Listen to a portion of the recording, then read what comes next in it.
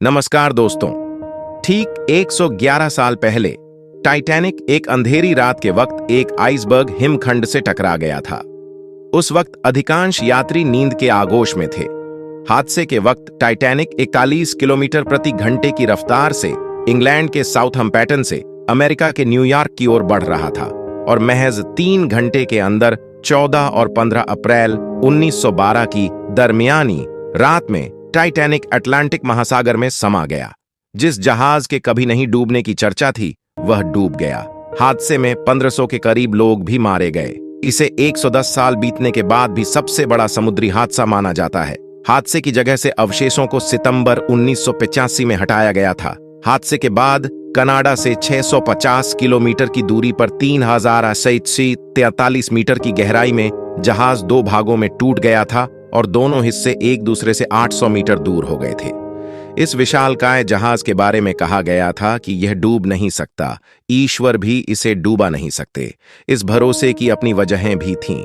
Rio de Janeiro की federal university में department of naval and ocean engineering विभाग के प्रोफेसर और इंजीनियर अलेक्जेंडर द पिन्हो अल्हो ने बताया, इंजीनियरिंग के लिहाज से देखें तो यह डिजाइन के आधार पर विकसित पहला जहाज था। जहाज में कई वाटर टाइट कंपार्टमेंट बनाए गए थे, यानी अगर जहाज का कोई कमरा पानी से भर जाए तो वह दूसरे कमरे को डूबा नहीं सकता था। छोड़कर पॉडकास्ट आगे बढ़ें। इस जहाज को तैयार करने के दौरान कुछ मुश्किलें भी हुई थीं। जहाज की ऊंचाई कितनी रखी जाए ताकि बिजली के तार और पानी के पाइप ठीक से काम करते रहें, इस पर काफी सोच विचार हुआ था। प्रोफेसर अल्हो के मुताबिक इस पर सोच विचार करने के बाद उन लोगों ने जहाज की ऊंचाई निर्धारित की थी। पानी भरने की स्थिति में भी उन लोगों का आकलन था कि पानी छत की ऊंचाई तक नहीं पहुंच पाएगा। उन्होंने छत पर भी सुरक्षित कंपार्टमेंट्स बनाए थे। लेकिन तब किसी ने आइसबर्ग से जोरदार टक्कर के बारे में सोचा नहीं होगा। प्रोफेसर अल्हो ने बताया, टक्कर इतनी जोरदार थी कि जहाज की मुख्य बॉडी की आधी लंबाई तक सुराख हो गया था। ऐसी परिस्थिति में पानी छत तक पहुंच गया था। जहाज में पानी पूरी तरह से भरने लगा था। ऐसी स्थिति में बचाव संभव नहीं होता है। आप पानी निकालने के लिए सभी पंप को सक्रिय कर सकते हैं, तमाम कोशिशें कर सकते हैं, लेकिन पानी जिस रफ्तार से अंदर आ रहा होता है उसी रफ्तार से बाहर नहीं निकाला जा सकता। जहाज बनाने और नेविगेटर सिविल इंजीनियर थियरी बताते हैं, टाइटैनिक का प्रचार इस तरह से किया गया था कि यह डूब नहीं सकता है। इसकी वजह यह थी कि बहुत सारे तहखाने बनाए थे जो वाटर टाइट दीवारों से बने थे। तहखाने की 2 कतारों में पानी भरने की स्थिति में जहाज डूबने वाला नहीं था। लेकिन आइसबर्ग से टक्कर ने जहाज को काफी नुकसान पहुंचाया और वाटर टाइट कंपार्टमेंट्स की कई दीवारें नष्ट हो गई थीं। फ्लूमिनेंस फेडरल यूनिवर्सिटी के प्रोफेसर और ट्रांसपोर्ट इंजीनियर ऑनरिलो सोरास मूर्ता के मुताबिक टाइटैनिक के वाटर टाइट कंपार्टमेंट को बंद करने की व्यवस्था भी ठीक से काम नहीं कर रही थी। उस दौर में जहाज को बनाने में प्रयुक्त धातु मौजूदा स्टील जितनी मजबूत नहीं थी। सोरास मूर्ता ने बताया, जोरदार टक्कर के बाद जहाज के ढांचे में भी बदलाव आ गया था। दरवाजे बंद नहीं हो रहे थे, वे फंस गए थे। उस वक्त भी टाइटैनिक शुद्ध स्टील से बनाया गया था, लेकिन तब का स्टील आज के स्टील जितना मजबूत नहीं होता था। साओ पाउलो के मैकेंजी पेरसेबाइटेरियन यूनिवर्सिटी के प्रोफेसर और धातु विज्ञान के इंजीनियर जॉन वेतावुक बताते हैं कि 1940 के दशक तक समुद्री जहाज की मुख्य बॉडी धातु के शीट से बनता था। हालांकि बाद में इन जहाजों की मुख्य बॉडी बनाने में धातुओं को पिघलाकर इस्तेमाल किया जाने लगा। वेतावुक बताते हैं, तब से लेकर अब तक तकनीक और सामग्री काफी बदल गई है। अब धातु को पिघलाकर शीटों को जोड़ा जाता है। स्टील बनाने में भी कार्बन का इस्तेमाल कम होने लगा है और मैग्नीज का इस्तेमाल बढ़ने लगा है। आज का स्टील बहुत ज्यादा मजबूत होता है। वेतावुक के मुताबिक आज के समुद्री जहाज पानी, समुद्री लहरों के उतार चढ़ाव और समुद्री तूफानों से तालमेल बिठाने में कहीं ज्यादा सक्षम होते हैं। बड़ी दुर्घटनाओं के बाद उसकी वजहों में हमेशा मानवीय गलतियां मिलती हैं। विशेषज्ञों के मुताबिक आइसबर्ग से भरे इलाके से गुजरने की मुश्किलों के बीच भी इस पर जल्दी से सफर पूरा करने का अत्यधिक दबाव था। दरअसल यह दबाव ब्लू बैंड को हासिल करने का था। 1829 में शुरू हुआ यह सम्मान अटलांटिक महासागर के सबसे तेजी से पार करने वाले जहाज को मिलता था।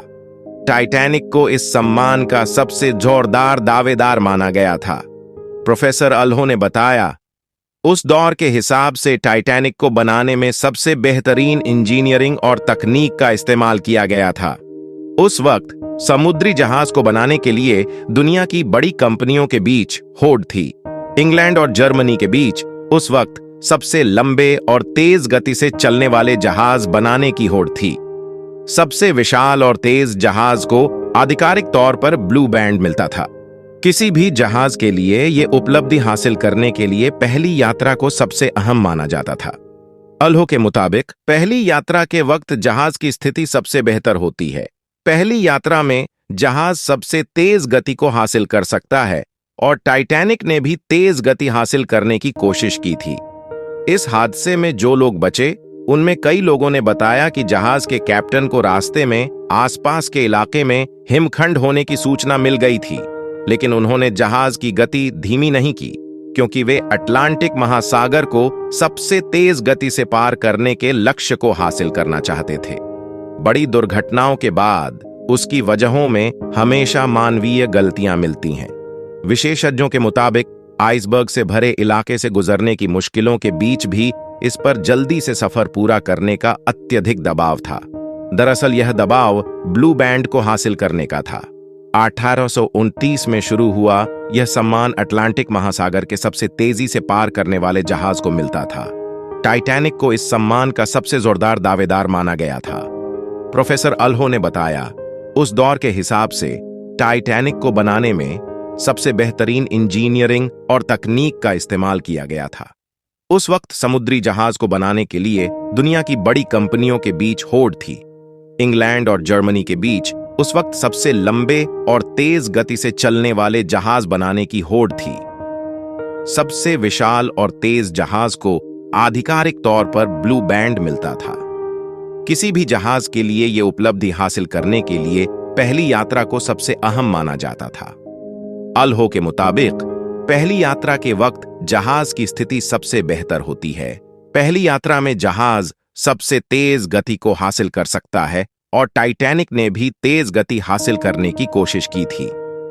इस हादसे में जो लोग बचे उनमें कई लोगों ने बताया कि जहाज के कैप्टन को रास्ते में आसपास के इलाके में हिमखंड होने की सूचना मिल गई थी, लेकिन उन्होंने जहाज की गति धीमी नहीं की क्योंकि वे अटलांटिक महासागर को सबसे तेज गति से पार करने के लक्ष्य को हासिल करना चाहते थे। टाइटैनिक अकेला नहीं था। इस जहाज को चलाने वाली company white star line company ने 20वीं शताब्दी की शुरुआत में बेलफास्ट शहर के हारलैंड और वोल्फ शिपयार्ड को 3 जहाजों को तैयार करने का ऑर्डर दिया था। उम्मीद की जा रही थी कि विश्व स्तरीय डिजाइन टीम द्वारा निर्मित ये तीनों जहाज दुनिया के सबसे लंबे, सुरक्षित और सुविधाओं से युक्त होंगे।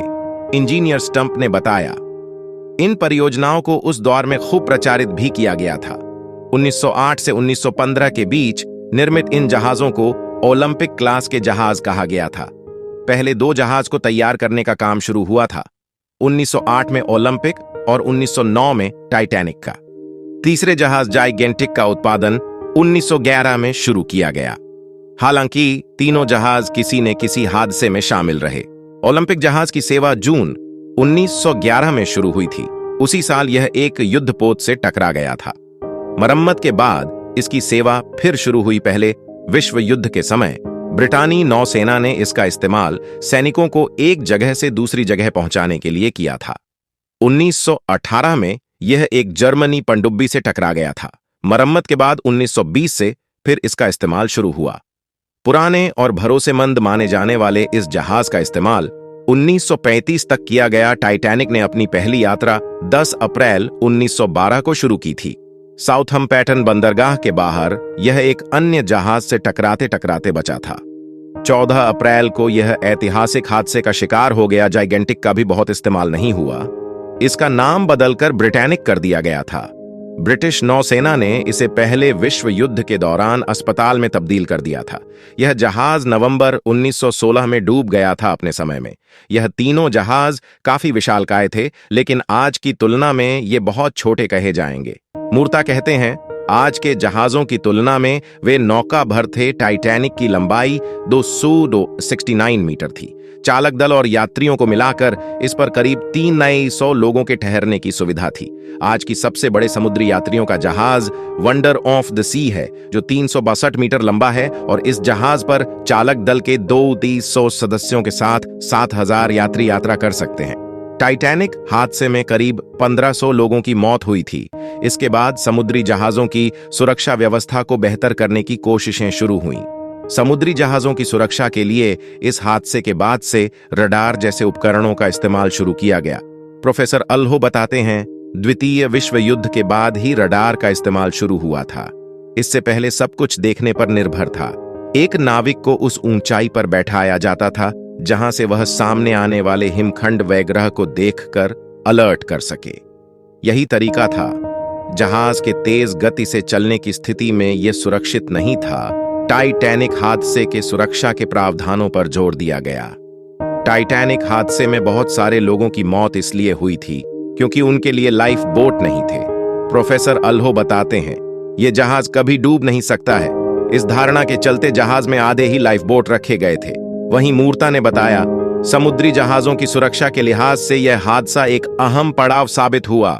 समुद्री जहाजों की सुरक्षा को लेकर संस्थागत ढांचा बनाया गया। निर्माण के दौरान सुरक्षा मापदंडों का ख्याल रखा गया।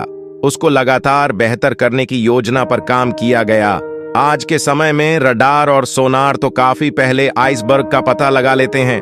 आज समुद्री यात्राओं के दौरान समुद्र मैपिंग या समुद्री यात्रों के चार्ट सब कहीं ज्यादा आधुनिक रूप में मौजूद हैं।